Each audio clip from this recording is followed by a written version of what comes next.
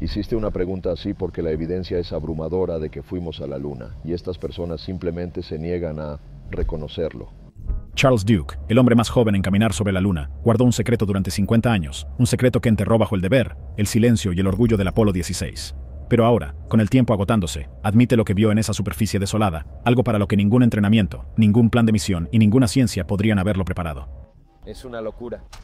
Esta no es solo la historia de un alunizaje, es la historia de una confesión que sacude todo lo que pensábamos saber sobre nuestro vecino más cercano en el espacio. La última gran apuesta de las tierras altas cuando el Apolo 16 fue programado. Cuando el Apolo 16 fue programado, los planificadores de la NASA sabían que esta misión tenía que ser diferente.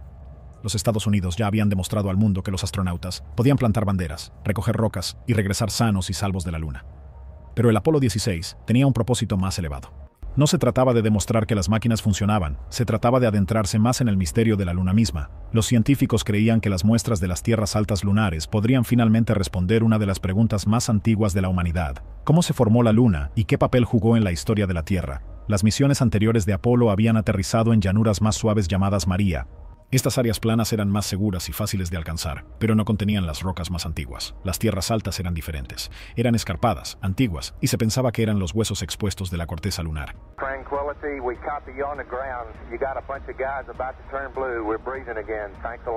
Las tierras altas de Descartes, el objetivo del Apolo 16, nunca habían sido visitadas antes. Algunos expertos argumentaban que la región era volcánica.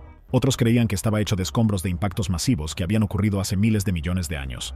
El Apolo 16 era la oportunidad de resolver ese debate de una vez por todas.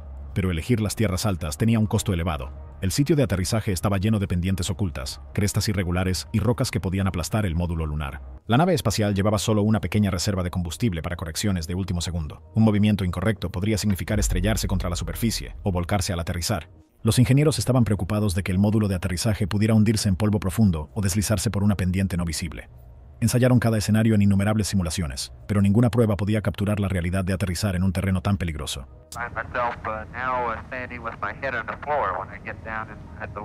Aún así, la NASA aceptó el riesgo. Con el programa Apolo acercándose a su fin, podrían no tener otra oportunidad.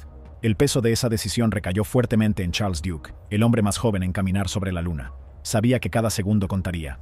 Un pequeño error en la navegación, la recolección de muestras o el manejo del equipo podría costar tiempo valioso, y el tiempo era vida. Cada caminata lunar era una carrera contra el oxígeno, la energía de la batería y el agotamiento. Duke y el comandante de la misión John Young entendían que no solo estaban explorando, sino que llevaban la responsabilidad de demostrar que el programa Apolo aún tenía la capacidad de ofrecer ciencia que justificara el riesgo y el costo de dejar la Tierra. Pero Apolo 16 no era solo una historia de aterrizaje en las tierras altas, también se trataba de los 3 hombres que llevaban ese riesgo sobre sus hombros. John Young, el comandante, ya era una leyenda en la NASA. Para 1972 había volado en Gemini 3, orbitado la Luna en el Apolo 10, e incluso había introducido de contrabando un sándwich de carne en conserva en el espacio como una broma. Era calmado, disciplinado y confiaba completamente. Si alguien podía guiar el módulo lunar de manera segura hacia las traicioneras tierras altas de Descartes, era John Young. Charles Duke, el piloto del módulo lunar, era un contraste. Con 36 años, era el astronauta más joven en pisar la Luna. Su camino hacia el Apolo 16 había estado marcado por contratiempos. Mientras servía como tripulación de respaldo para el Apolo 13, accidentalmente expuso a su compañero, Ken Mattingly, a la rubeola. Eso obligó a la NASA a reemplazar a Mattingly solo unos días antes del lanzamiento. Duke cargó con la culpa de ese momento, pero también le dio una segunda oportunidad. Para el Apolo 16, estaba decidido a demostrarse como un astronauta hábil que podía rendir bajo presión. Luego estaba Ken Mattingly, el piloto del módulo de comando. Si alguien entendía el dolor de un mal momento, era él. Perder su asiento en el Apolo 13 significó que también perdió la oportunidad de ser recordado como parte de la tripulación que sobrevivió a uno de los mayores rescates de la historia. El Apolo 16 fue su redención. Mientras Young y Duke exploraban la superficie, Mattingly orbitaría la Luna solo en el módulo de comando, Casper, asegurándose de que sus compañeros de tripulación pudieran regresar a salvo. Su papel era solitario pero vital. Lo que hacía a esta tripulación notable no era solo su experiencia, sino su resiliencia. Cada hombre había enfrentado el fracaso o la frustración que podría haber terminado con su carrera. Bueno, estaba tan emocionado que ni siquiera podía pronunciar tranquilidad. Salió como Twang. Roger Twang, me corregí. En cambio, regresaron más agudos, más fuertes y más decididos. Ese sentido de redención los unió. Su entrenamiento fue implacable, lleno de largos días de excursiones geológicas, interminables sesiones en simuladores y ejercicios de supervivencia que los llevaron más allá del agotamiento. Young exigía disciplina, Duke aportaba energía, Mattingly entregaba precisión. Juntos, se equilibraban de una manera que funcionaba. La NASA necesitaba ese equilibrio, especialmente con el programa Apolo disminuyendo y el interés público desvaneciéndose. Los astronautas sabían que cada muestra, cada prueba y cada minuto en la superficie importaban. El Apolo 16 fue más que una misión. Fue la prueba de que el deseo de la humanidad por respuestas aún podía superar el riesgo. Pero en la prisa por recopilar datos y perseguir la historia, ocurrió algo más, algo que ninguna lista de verificación podría haber predicho.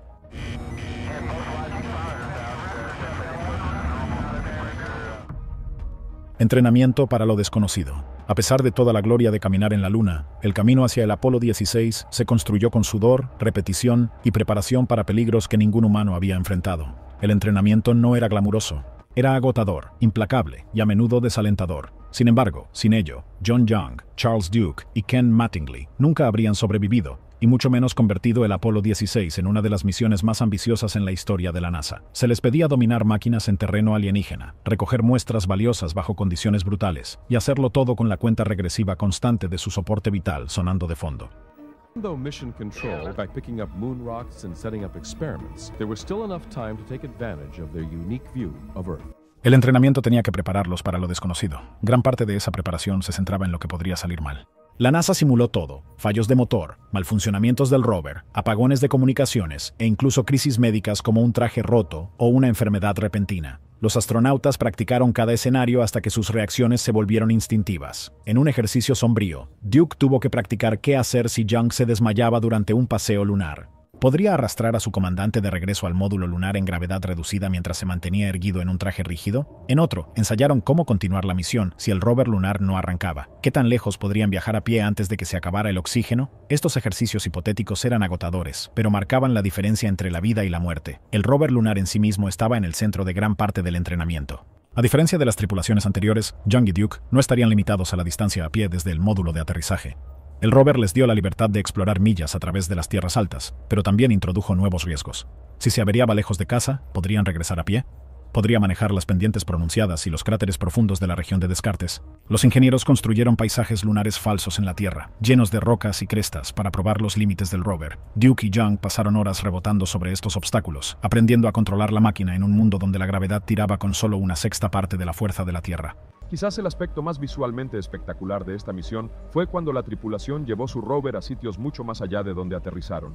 El rover podría extender su alcance, pero también podría dejarlos varados en un aislamiento mortal. Incluso los trajes se convirtieron en parte del campo de batalla. Eran maravillas de la ingeniería, capaces de proteger contra el calor mortal, la radiación y el vacío, pero también eran pesados y rígidos. Imagina intentar recoger una piedra pequeña mientras llevas una armadura, guantes gruesos y un casco que limita tu visión. Duke y Young practicaron sin cesar en esos trajes, levantando herramientas, balanceando martillos y embolsando rocas hasta que los movimientos se volvieron instintivos. Aprendieron a conservar energía, a agacharse sin caer y a estabilizarse en un lugar donde incluso un tropiezo podría ser catastrófico. La geología también se volvió central en su entrenamiento. La NASA quería más que fotografías heroicas. Necesitaban descubrimientos científicos. Los geólogos entrenaron a los astronautas para leer el terreno, identificar rocas formadas por volcanes, reconocer signos de impactos y recolectar muestras que pudieran contar la historia de la Luna. Las excursiones los llevaron a cráteres en Arizona, campos de lava en Hawái y cicatrices de impacto en Canadá. Allí, Duke practicó dar descripciones rápidas y precisas por radio tal como lo haría en la Luna.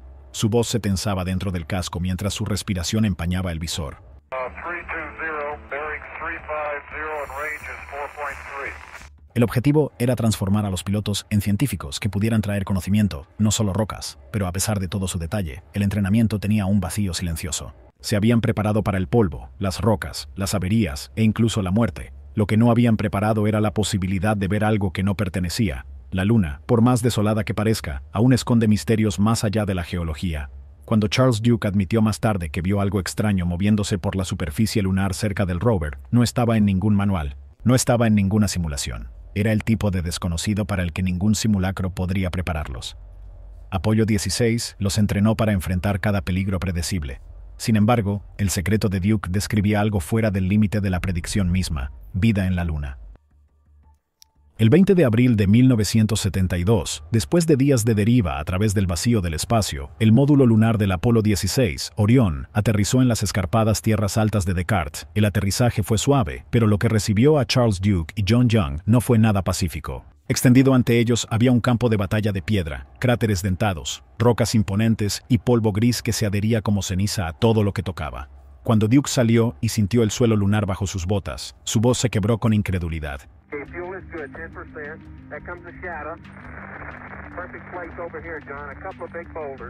Estoy en la luna. Realmente estoy en la luna. La primera excursión duró más de 7 horas. Cada roca, cada palada de suelo, era una reliquia de la historia cósmica. Para Duke no era solo ciencia.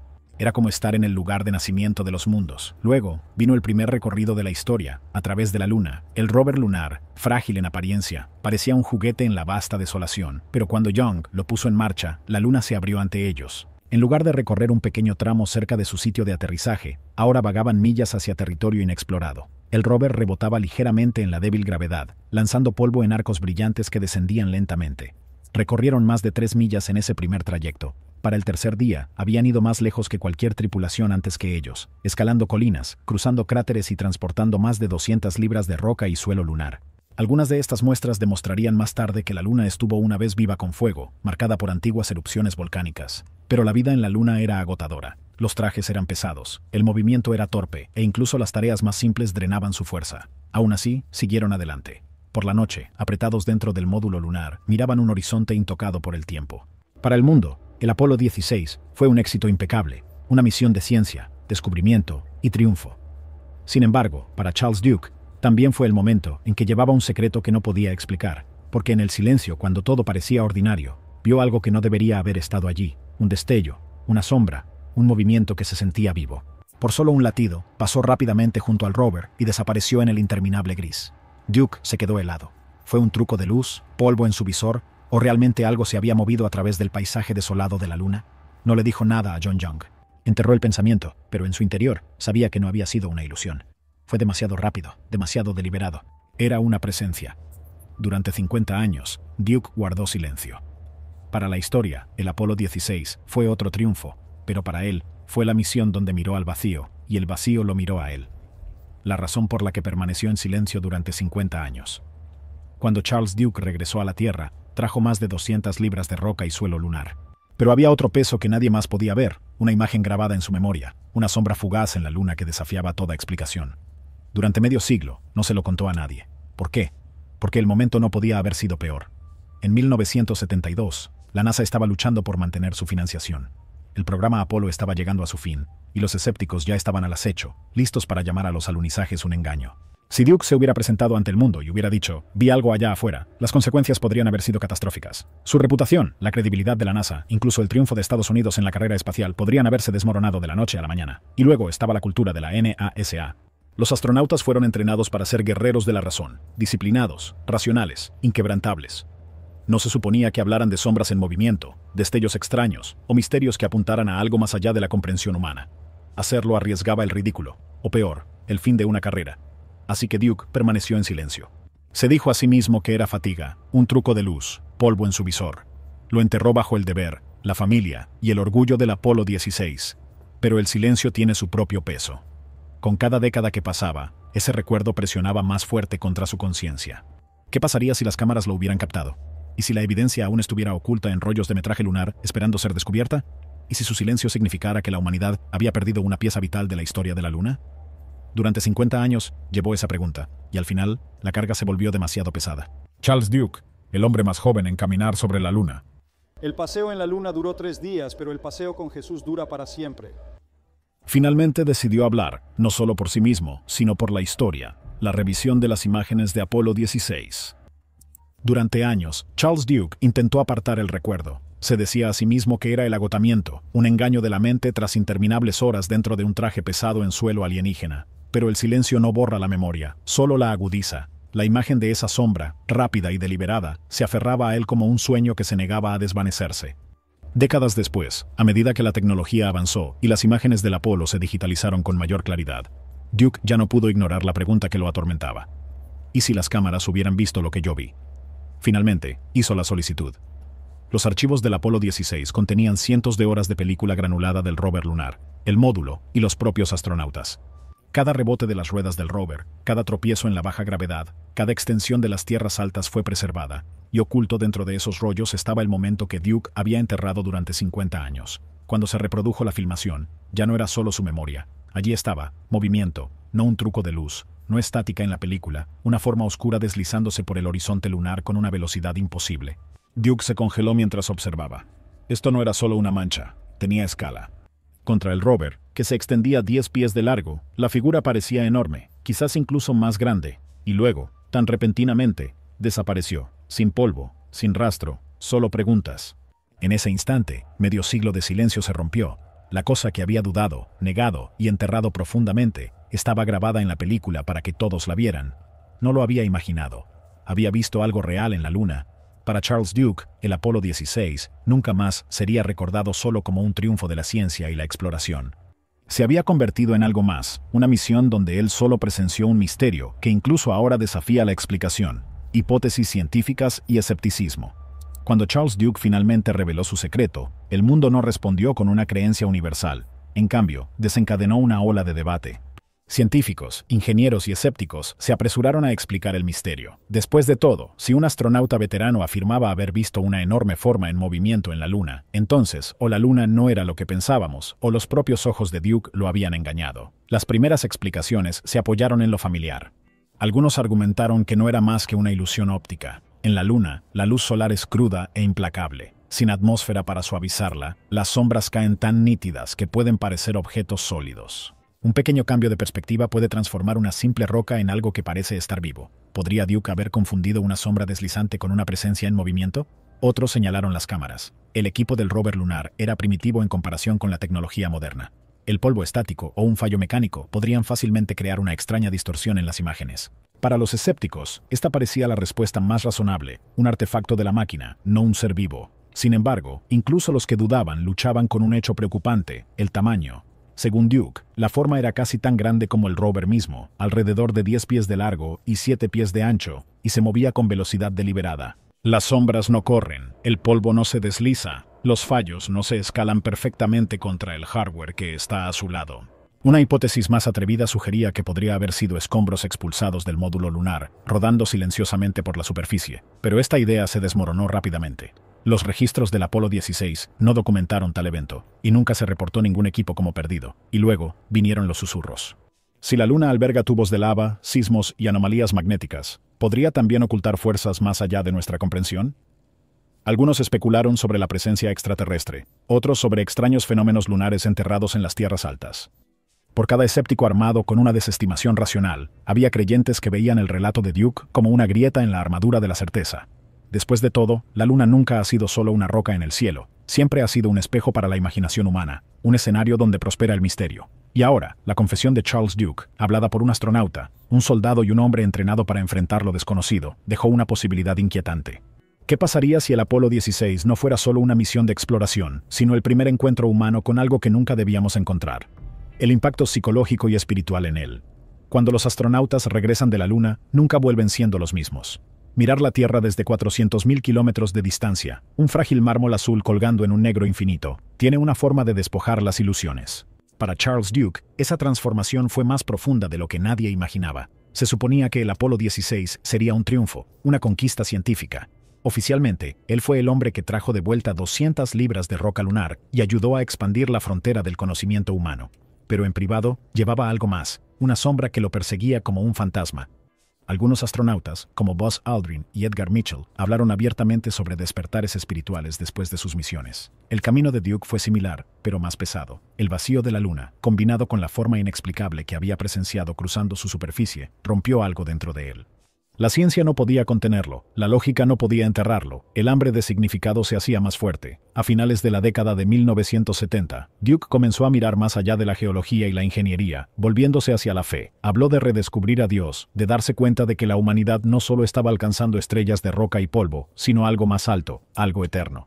Y siempre, enterrado bajo sus palabras, permanecía el secreto, el atisbo de una presencia masiva e imposible en la superficie lunar. Durante décadas, cargó con ese silencio.